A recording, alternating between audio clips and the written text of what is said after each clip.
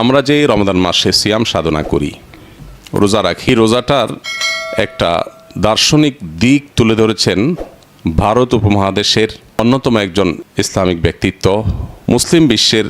Nobel খ্যাত king Faisal award পুরস্কারপ্রাপ্ত হাতে গোনা 2-3 জন মানুষের একজন এই উপমহাদেশের সৈয়দ আবুল হাসান আলী আন-নাদবী রহমতুল্লাহ আলাইহি, যার নাম হয়তো অনেকে আপনারা শুনেছেন। তার লেখা বই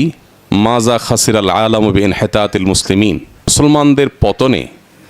বিশ্বের কি ক্ষতি হলো, মুসলিমরা যে আজ পৃথিবীর ড্রাইভিং সিটে নেই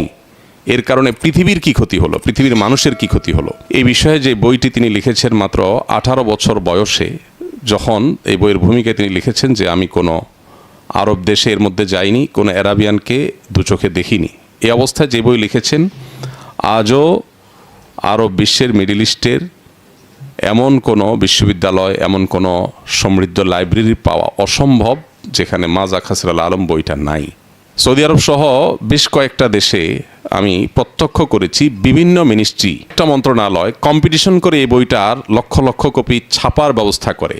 শুধু মুসলিমদের ঘুমন্ত বিবেককে জাগাবার জন্য। কালজয়ী গ্রন্থ সহ বহু কালজয়ী গ্রন্থের রচয়িতা সৈয়দ আবুল হাসান আলী নদভী রহমতুল্লাহ আলাইহি আমরা যে সিয়াম সাধনা করি, আমরা যে রোজা রাখি, এই রোজার একটা দার্শনিক দিক তুলে ধরেছেন। তিনি বলেছেন যে আমরা যে রোজা রাখি, এই রোজাটা মূলত আকার এবং আয়তনে ছোট ফরম্যাটের একটা রোজা, মাত্র 12 থেকে 14, 16, 17 ঘন্টা কম বেশি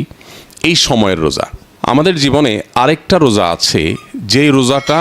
আকার এবং আয়তনে এর চাইতে অনেক বড়। আলেমিয়া নদী রহমতুল্লাহ আলাইহি এই 2 ধরনের রোজার যে ধারণা তুলে ধরেছেন, আমার কাছে মনে হয়েছে আমরা যে সিয়াম বা সম সাধনা করি, রোজা রাখি, এই রোজার যে আসল তাৎপর্য, এর যে